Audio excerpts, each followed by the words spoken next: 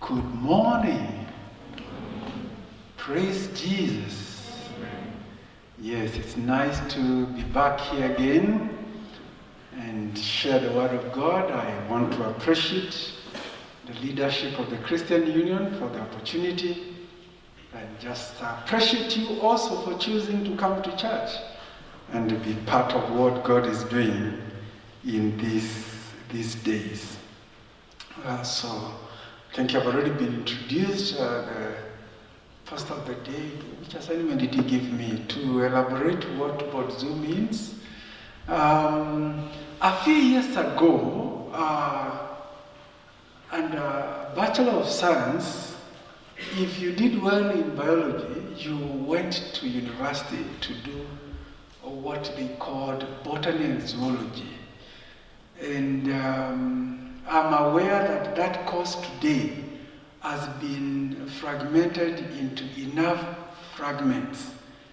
The microbiology, what else are you doing? There's so many things that are related with life. Those days we would do all that under botany and zoology through campus. So basically, yes, that's what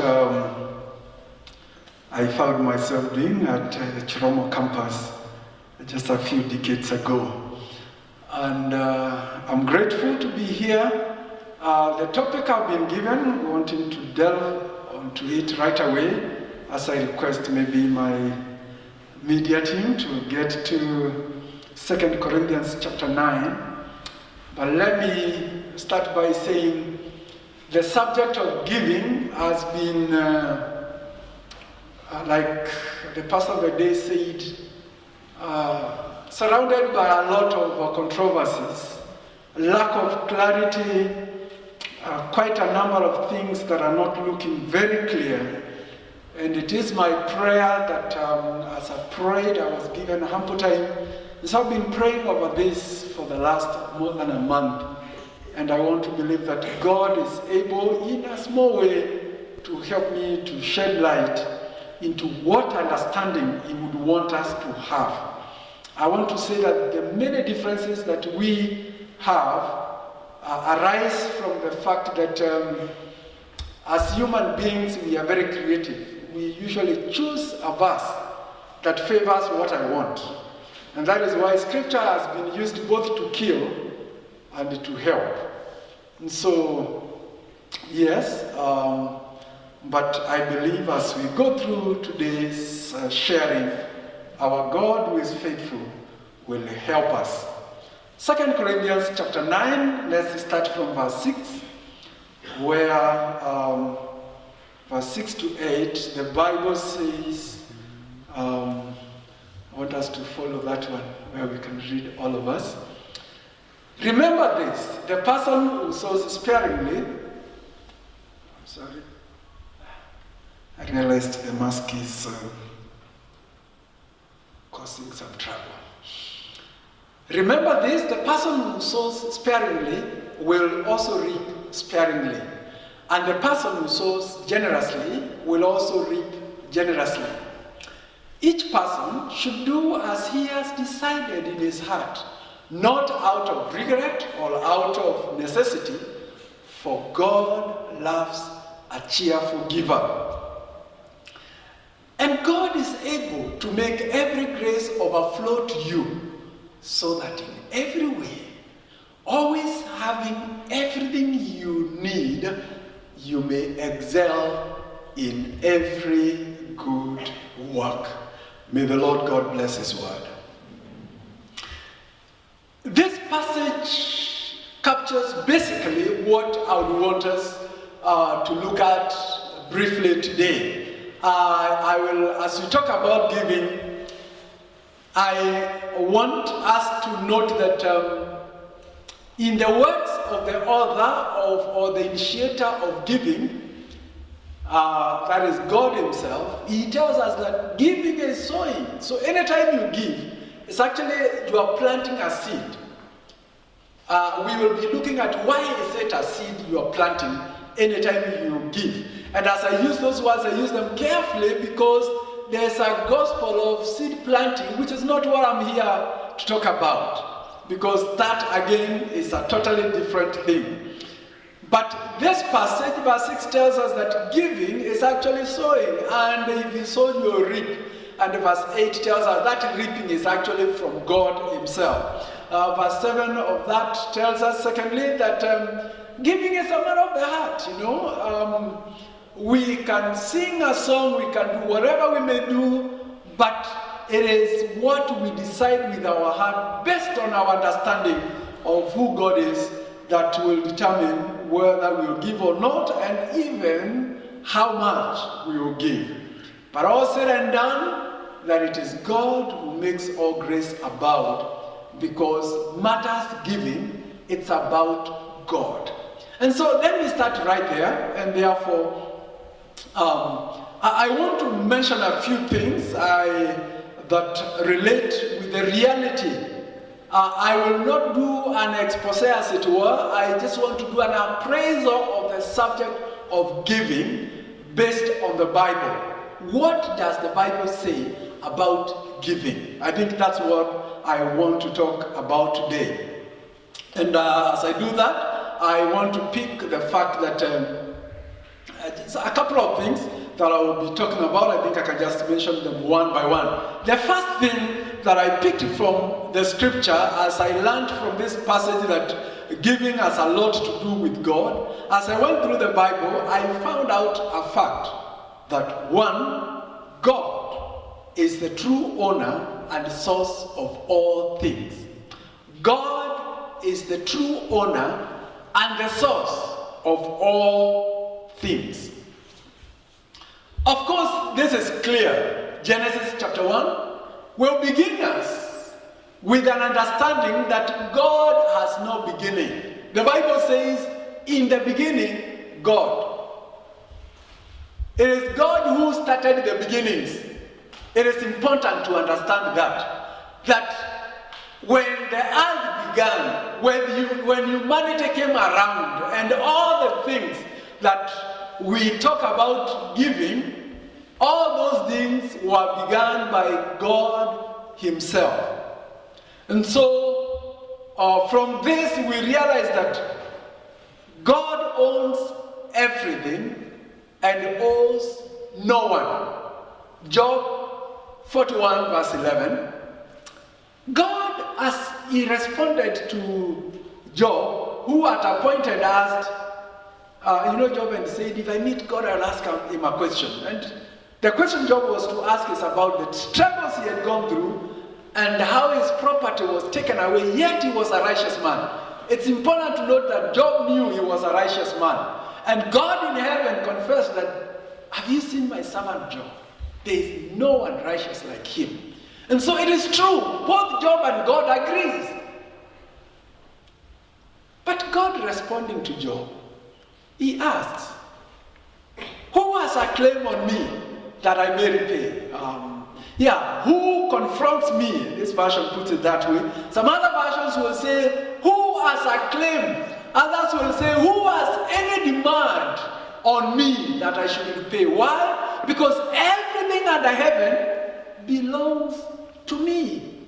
It belongs to him by virtue of the fact that he created all things.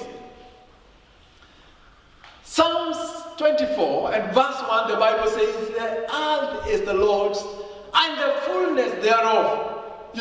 We can go on and on. Scripture is very clear that all things were created by God and for God, as again Colossians would put it.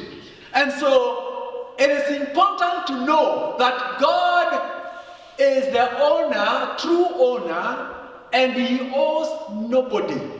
All the things that are known, that we talk about, have from God and they belong to God. So, under this aspect of true ownership, then we can say both things and people belong to God. And Psalms 24 has put that very clearly when it is said that, and all who dwell in there, all, being animals or human beings, they are all belonging to God. But another quick thing that I want to pick again from the scriptures is the fact that God created all things and gave them to us for our enjoyment.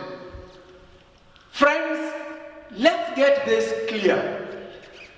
That before we were created as human beings, God had a plan. God is so organized. He does not do things haphazardly. I remember a few years ago in a service we had across the other side, I was reminding us the fact that God is a serious scientist. You know, when he started the creation, you remember the order of creation? He created light, you know, and then after light, now he created plants, because plants depend on light. And then after creating plants, he created animals, because now animals will need to feed on plants, and we can go on and on. God is very organized. So in Genesis chapter 1 and verse 26, before God created mankind, he gave his plan. Here we teach architecture, and I know that you don't just start building. You need a plan. And Genesis 1:26 gives us the plan of God. Then God said, let us make man in our image, according to our likeness. Now look at the purpose for which man was being made. They will rule the fish of the sea, the birds of the sky, the animals, all the earth. The intention of God was actually to create and add over his creation to us. I find this quite interesting, because there is a narrative there that God is so mean. Come on. From creation, God intended to create and add over his creation to us. And that is why after this, as we proceed to verse 28 of the same chapter, it begins by saying, then God blessed them now after creating them. Here was the plan. 27 was the actualization of the plan, and 28 is the inauguration of the plan. And so God blessed them and told them to increase and multiply, and therefore do what was envisioned. I was telling the earlier service that, you know, in this plan, I'm amazed at the wisdom of God. He says that man is to rule over the fish of the sea, not just in the ponds and the small streams where you can walk. God intended that you will be creative enough to venture into the treasures he has buried in the sea. This is not a result of science. God who created us knew that he will give us creativity, and then we will have the capacity to manage the treasures. According to Genesis 1, verse 26. That we will be able to mine the treasures of the deep seas. He knew that we will enjoy the treasures in the skies. That was in his original plan. He knew that we'll enjoy all these things. That is why in 1 Timothy 6 verse 17, again, the scripture Paul telling Timothy, instruct or command those who are rich in this present age not to be arrogant. Please tell them. And not to put their hope in wealth, which is very unreliable. But instead, what was the instruction?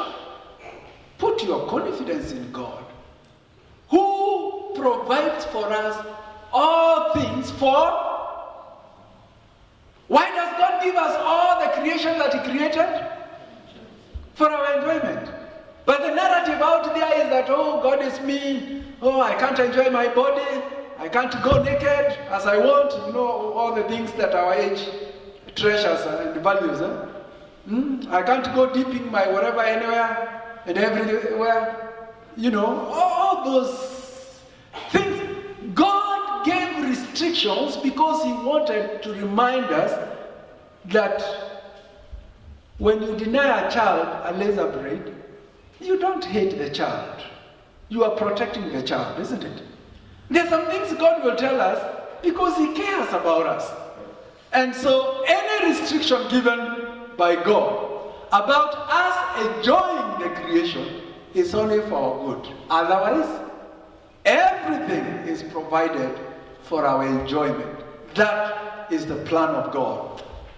And lastly, in this aspect of ownership, I want to say that this God who created everything for our enjoyment even decided to give himself for us. You remember in the Garden of Eden? He would come on the cool of the day, just to have moments with the man. God spent himself. He gave his time. He gave his presence to be with mankind. As we committed sin and condemned ourselves to death, the same God gave his one and only Son. And I'm saying, I think as I go through Scripture,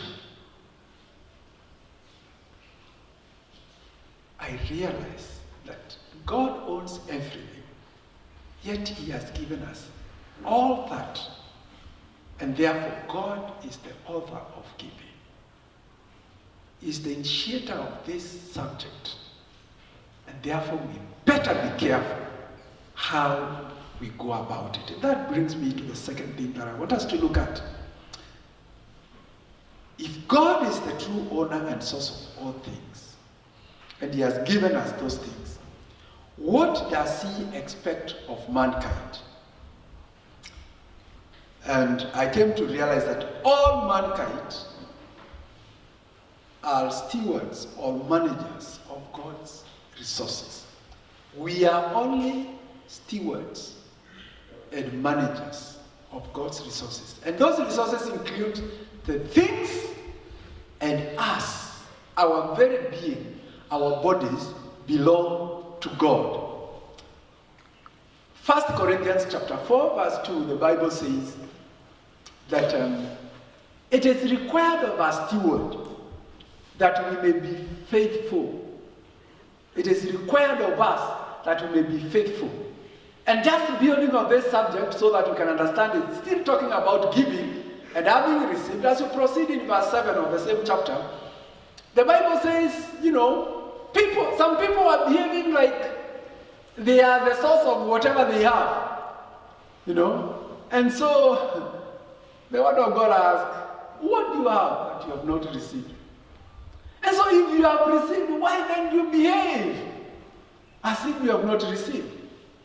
The point, getting back to verse 2, is that whatever we have has been given to us to manage, to enjoy as we manage by God. And that is why the point he is raising there is, please, don't go bragging around.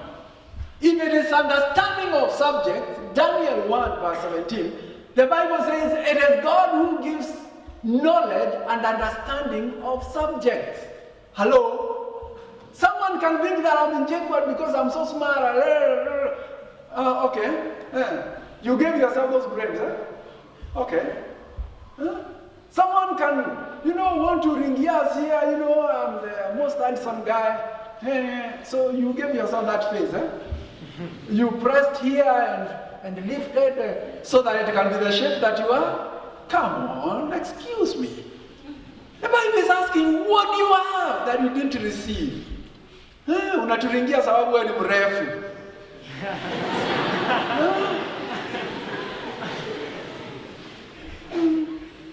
No.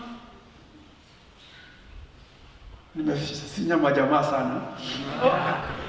You are a jewel and you want to fly around. I'm the most cute chick,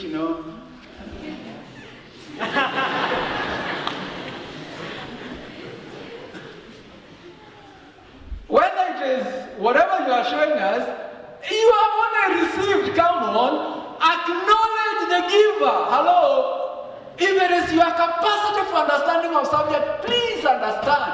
It comes from someone he has given you as a steward. And the subject of giving is a call. If it's matter of wealth. In Deuteronomy chapter 8, Verse 17, God says, the land I'm going to give you, I'm going to flourish you. You are going to eat and drink and be merry. There will be a lot that you are going to enjoy because that was the plan of God from the beginning. Then in verse 18 of that Deuteronomy 8, he goes ahead and says, but please, when you discover you are this beautiful, yeah, when you discover you are this handsome, Maze, 8-pack, or what do they call it? I lack those. I lack those details. So I'm not able to demonstrate. Please, when you have enjoyed everything I'm going to give to you, he says, remember that the Lord your God gives you the power to gain wealth. It is not you who has made wealth for yourself. In order to confirm his covenant, he and our plan, he gives us the ability, whether it is the wealth or whether it is, remember God, remember God. And the subject of giving is about remembering that I am not the source. What I am and what I have has come from God. Are we together? So as we talk about giving, I would want us to know that that is the basis, that is the foundation. And this master who owns everything and is the source of all things as an expectation. I want to say to us that God's expectation must be our motivation for giving. What does God expect when he gives us all things? And this is in regard to giving. God expects that we will give as an acknowledgement that we have received from him. In 1 Chronicles 29, and from verse 10 really, David takes time to just appreciate the greatness of God. He appreciates the great power, the awesomeness of God. But as he comes down to verse 14, he goes ahead to say, but who am I? Taking us back to the same subject, that I am because God has given me. Who am I that I may be entrusted with this opportunity? And who are we that we can give the way we have given? Why? He goes ahead to say that for everything comes from you, part B of it. For everything comes from you, and we have given you only what comes from your own hand. So we give in acknowledgement that we have actually received. The call to tithe, for example, specifically, is a call to say, God, I acknowledge that I have received from you. And let me tell you, anytime you decide not to tithe, hello? Anytime you decide not to tithe, you are saying, I don't believe God is the source. Simple. That's it. Anytime. And for tithe, this you can again find from Deuteronomy chapter 14 from verse 22. When it is tithe, you give it to church. When you are in the CU service, is your church. I know we have home churches where we come from. Yes, and I want to say that your tithe and offerings come here. But the Bible talks of other forms of giving. Matthew chapter 6 from verse 1 will talk of acts of righteousness. The Bible calls us again to show mercy and be gracious to those around us. We give to help people. We give to support ventures that we believe in, like Focus. Every time, even I think last month, as a fellowship of IDC here in JKUAT, we were sending some money to Focus because we believe in what they do. So we can give to support those ventures, but your tithes and offering should go to church. And then those are the acts of righteousness that you want to give, you give out there. And now that I'm not sure how much of this I'll talk about later, let me just touch something small about tithing and say that yes, tithe is an expression of a belief that all that I have has come from God. And tithe, according to the scripture, is that we tithe a tenth of what we have received. Some passages will talk of a tenth of your increase. In this case, mostly in scripture, because it was an agricultural community, it talked of the new flocks that have been born. It talks of the harvest, 10% of your harvest, because this is a produce you didn't have, and now you have it. It is an increase. If you had an old stock, now you have increased your stock. I know there are various teachings about how you should give. Even if somebody buys you a mandazi, you should tithe from that. And I was asking someone earlier if a friend just discovered that I came here through Matatu and I had really struggled and decided to give me a car worth $1 million. Where do I go to look for 100,000 so that I can tithe? And so it is important. That gift is an increase, yes. I have been given. But there are some things that, please, it's not a legalistic law that God gave us. There are some things that God knows that is beyond us. But when you have planted and you are now reaping, when you have worked for a whole month and you receive a salary, when you have an initiative that has helped you to generate some increase, then kindly be careful to tithe. It is out of conviction that you feel out of the pocket money because that is the only income that you have. You're not working at the moment as a student. When you decide to tithe that, it should come from that understanding. But God is not this legalistic boss or policeman waiting to clobber you because you did not give a tithe of, that lunch that you were bought by a friend or something. That is not really what we are talking about. God gives us the things, and when He asks us to give, He says we need to acknowledge that we have received from Him. From God's perspective, and again according to Psalms 4 verse 5, giving the right amount is an expression of trust in God. So if God says 10% and you give 5%, you're just saying, God, I don't trust you. So I do things the way I feel is right. Giving the right offering is a demonstration of trust in God. We give as a demonstration of what we believe our treasure is. Every time we give, we demonstrate where our treasure is. I was saying in cases of occupational assignment, like your studies, it is a requirement. It's just like when I'm on employment. I've been in employment some years back. And so I was expected to go to my place of work. But any extra minute I have that is not from the timetable for your studies will clearly indicate who and where your treasure is. For example, we give God our time as a demonstration of the belief that it is God who gives us life. And so we can share part of it to Him.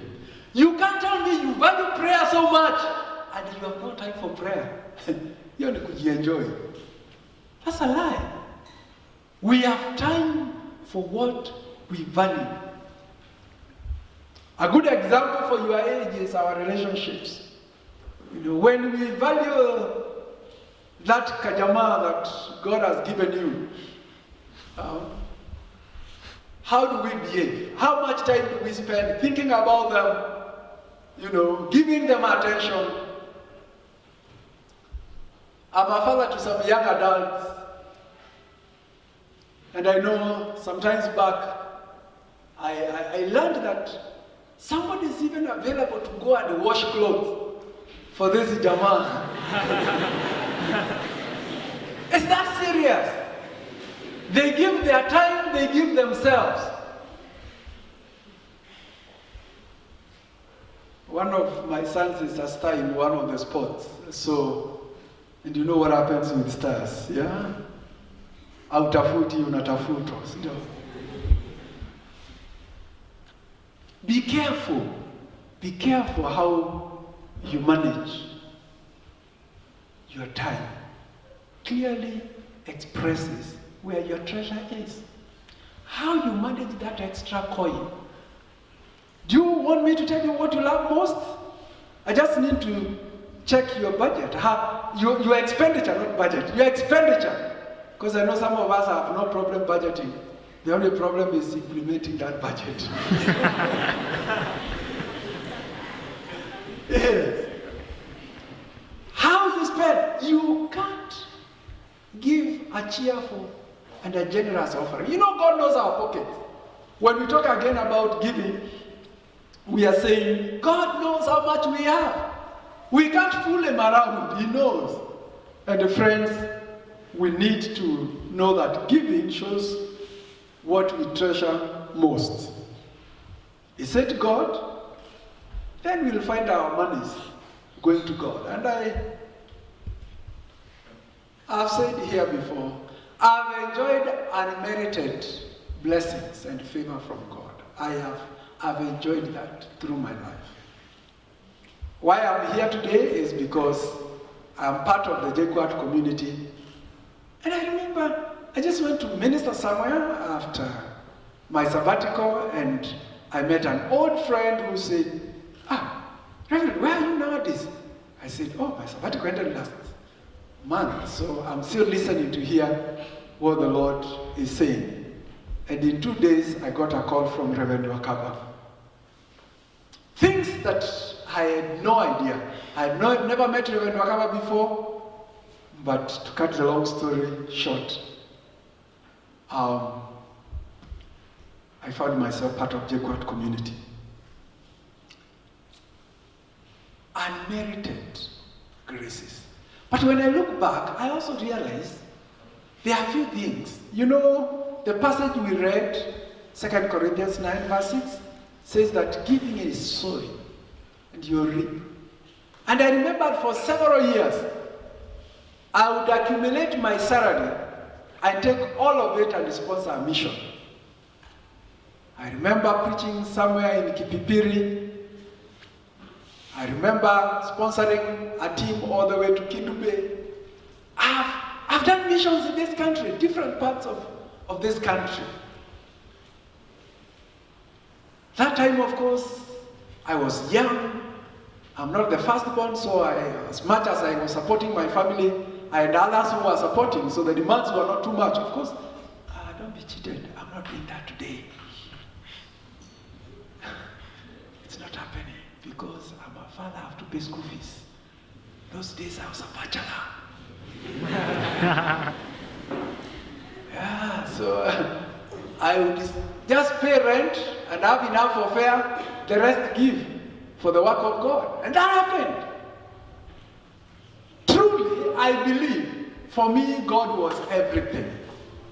It didn't matter. You know, I think those days I was in the league of Rick Warren, who tithed 90% of the income, because they discovered 10% is enough for them to live on. Hello? If God gives you much, do you just increase yourself, or do you say, God, I acknowledge you have given me too much. Have as much as you want. We give as a demonstration of what we treasure most. We give as an act of righteousness, Matthew 6, and I don't want to emphasize that, I have already talked about it. And lastly, we give in obedience to the call by the owner, the one who has given us the trust of the resources we have, tells us to give cheerfully. He tells us that he loves cheerful givers when we are giving ourselves or when we are giving our materials. So, what is the right way of giving? How do we give and give in the right way? 1 Corinthians chapter 8 and verse 5. The Bible is talking about these fellows called the Macedonians. How they gave more than it was expected. And as we come to verse 5, the scripture captures the fact that for even if there are so-called gods, is that 1 Corinthians 8? Am I lost? Most likely.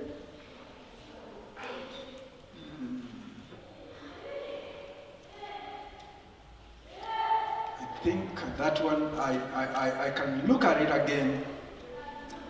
But the verse I'm talking about, check 9:5, I don't know whether I am confusing this.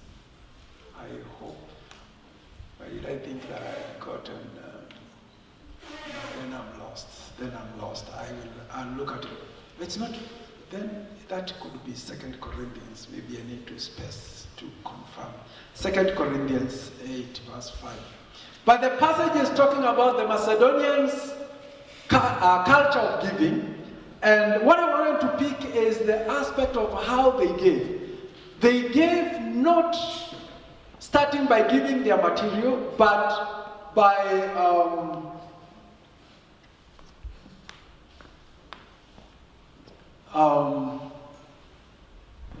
yes, thank you. I'm there now. 2 Corinthians 8. I'm in first.